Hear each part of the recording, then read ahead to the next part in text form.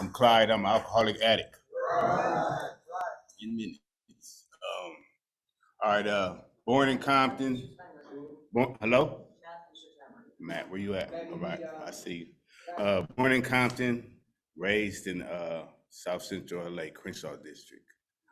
Uh, my mother was like the first generation of the crack addicts in the '80s.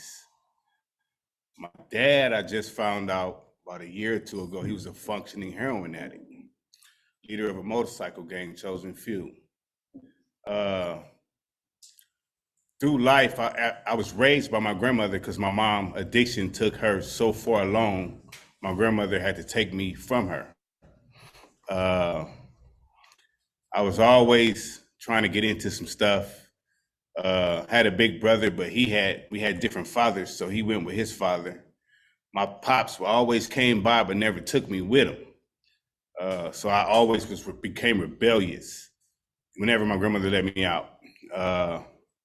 As time went on, we bounced around from city to city. And once I left from Compton, I went to LA, and it was like adolescence. And I wanted to fit in. I wanted to mingle with the neighborhood. Go out. Once I went around the corner, it was all bad. And I knew it was all bad, but that's where I would go. My grades was fairly okay. Whenever I failed, it was because I didn't want to do it. And I remember my grandmother got me a tutor, and I knew everything he was teaching me. He was telling my granny, like, he don't need me. It just was, I learned it was just me. And she threatened to put me in ESL classes and take like all my designer clothes. And I was like, you ain't gonna do that. And then she made me wear Pro Wings to school with the big W on the side. And I tried to put some baggy pants on them. I made it all the way to the lunch break, and they was like, what are those? And then my brother was like, just put your stuff in your backpack and put it on at school, right? But I was too smart for my own good because I still came home and forgot to change. My grandma was like, boy, you just gonna do, she told me, you're gonna learn the hard way. And she was right, you know what I mean? As time went on, I ended up going to camp.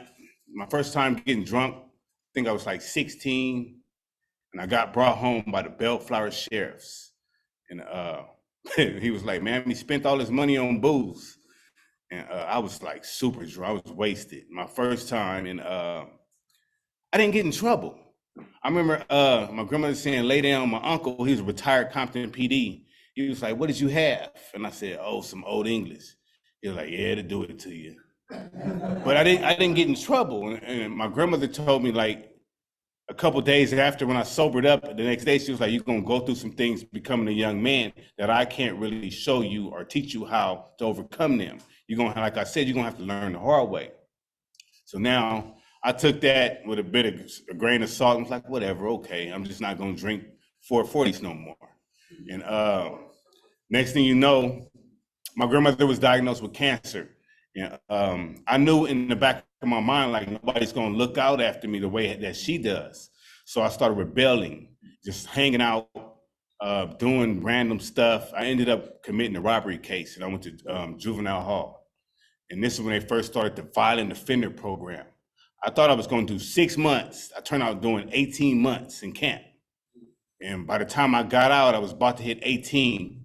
And I moved with my cousins, and I just kind of fumbled through life as a young adult without guidance from my father. I met my first kid's mother. We went to school together, and I always thought like I could handle alcohol. So I would always drink, and think I was cool. I was good at starting stuff, but I could never finish well. I would get packed out at parties, just random stuff. The habit started progressing because I would blank out.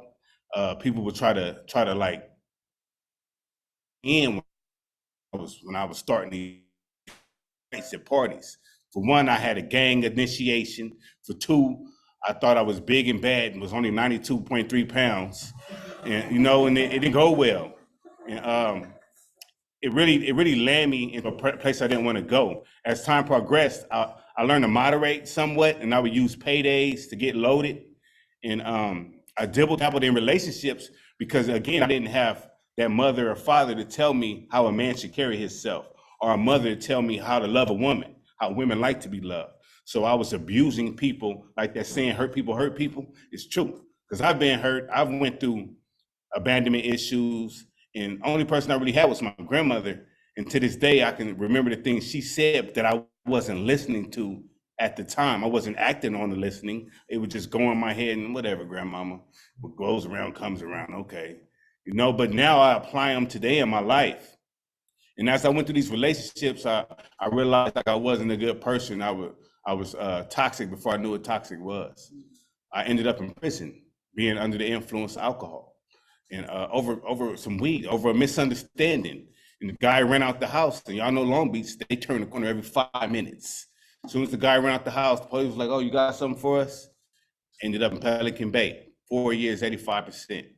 And I was in there, and it was like a spiritual awakening, because the people that were around me were in prison for, I guess they had this law where you had too many DUIs, it's a strike. And they were like, "Yeah, man, I'm not going to drink. I'm just going to smoke weed now." I was like, "You in here for drinking?" And I thought about me, like I made a dumb decision off of alcohol and end up in here with murderers and real robbers and killers. I'm like, this ain't for me. You know what I mean? So being released from there, I was watching guys, they were right programs. And all my life, I've been kind of a liability to my cousins, aunties, and uncles. I was thinking, I want to do something different. So I had no idea where I wanted to go. I just knew the certain demographic I would go back to. And my PO told me, "Give me an address, I'm gonna find you an address." So I didn't have an address, and I said, "Just don't send me to Long Beach, Compton, or LA." And he said, "I'm gonna send you to San Pedro." I was like, "Well, let's go." And I ended up in Fred Brown, 2012, and it was the best thing ever happened to me, because I found that I did have a problem with addiction. I was going off of alcohol. I would dibble dabble in drugs, but alcohol was my thing. So I had this wall built up, and I could write and read very well. So I was like, "Can I do it in 30 days?" They're like, "No, you got to do 90 days. I'm like, "Oh man, an autobiography. All right, let me tell my story, And it went very well, and it was very, very accurate. But I had this wall built up so tough. I had no real emotion. I could put the feeling. They give you a feeling list. I felt sad. I felt angry, but I wasn't really feeling it. Time went on. I became a house manager, a staff. I was happy to work with people like me. And all doing this, I didn't work not one step. I didn't have not one sponsor. And that's what they call a dry drunk. You're just waiting for something to happen, for that real rock bottom to hit. I got married, had more kids, and real rock bottom hit during 2020 because they opened up these weed shops everywhere. And I was like, "I'm not addicted to weed. Let me try some weed. It's legal," right? But that shit is gateway. It opens up the gate for you to go back and do other things that you was doing. So I learned, now I'm doing coke, weed, and a little bit of alcohol. But had I not had resources in my call log, like Daryl or Chris, I wouldn't have been able to come back. I came back and I was able to get what you call a tune-up because I was familiar with this program. I was familiar with this recovery. This is the only place I ever learned recovery. And this time around, I started crying on every letter I wrote. I swear to you, I cry like a baby. I could read it to you and be like, "It's tight, huh?" Yeah. But when I'm in group, I'm crying. I can't get through it. My daughters, my sons, my baby mamas, my dad, my counselor. So these counselors tell us stuff that people in the world pay thousands of dollars for. They help us find the real reason of what's wrong with us. Because I've been putting all this stuff in this, just stuffing it, to the point where it starts spilling out in my behaviors.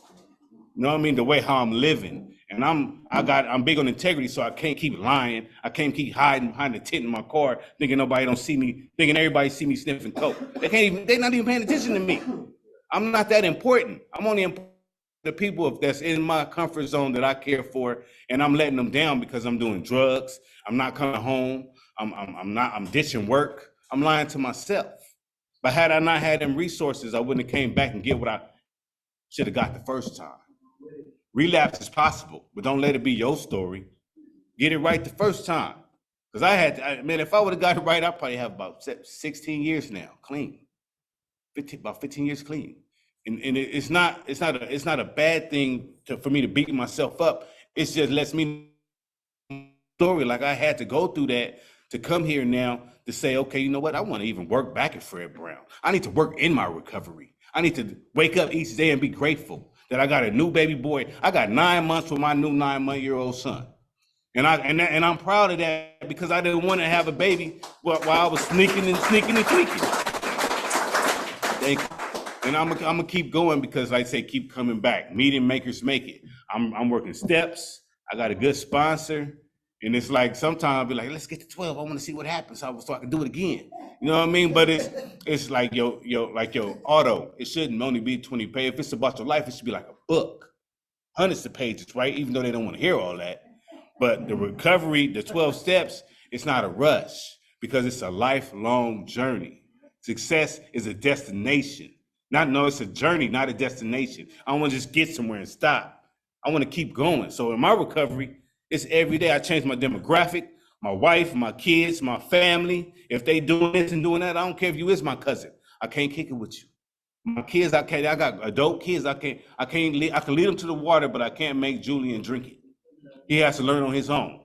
And I have to walk this walk that I'm walking today so they can see like, okay, Dad doing what he's supposed to be doing. Because at the end of the day, that's what really matters to me. Me, my kids, my family, and that I'm in line with my higher power. Because doing his work is what's going to get me the work that I need to be doing. You know what I mean? Like up here speaking, I had no idea I was going to be speaking.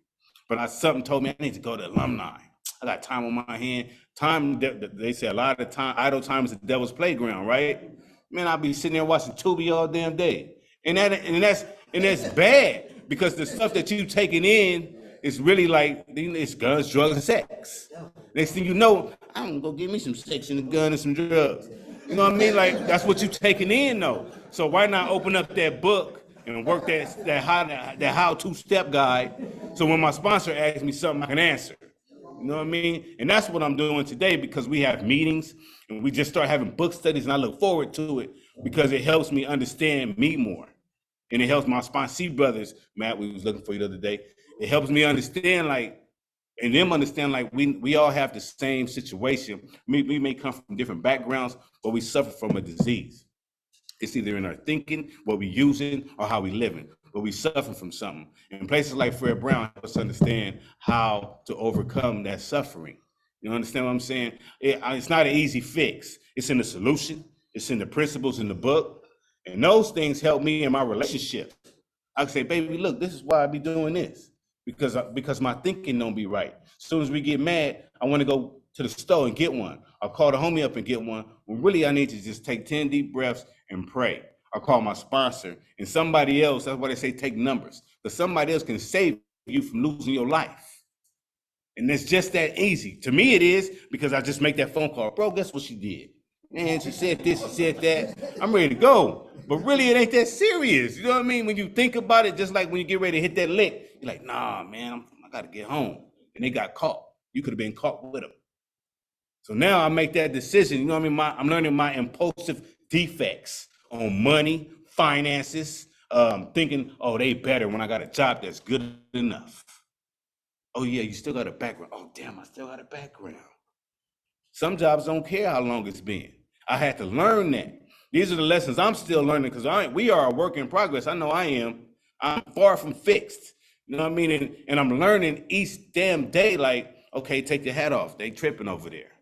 It's worth it. My life is worth that much. My brother told me before he died from cancer, you can be turned up and go to jail the rest of your life and be turned up, or you can turn down and stay a free man. And that means the most to me. You can have this hat. I take it all off. Because if it's that easy for me to get it again, I'm not going to lose my life over nothing that's senseless, over material. Everything that we acquire because of a blessing of you doing the right thing. And today I'm doing the right thing and I'm enduring blessings that I enjoy and I'm grateful for. Because when I was in the pen, I was making 45 cents an hour tripping off of a $1.50 suit. Come on, today I got a cabinet of them. And I'm like, don't worry about it, baby, I'll make a spread. You know what I mean? Because that's my go-to, you know what I mean? But I was telling the brother, like, today, like, I don't have that prison glow, I have a recovery glow. You know what I mean? Anyway, I hear my timer. My name's Clyde and I'm an addict. Thanks.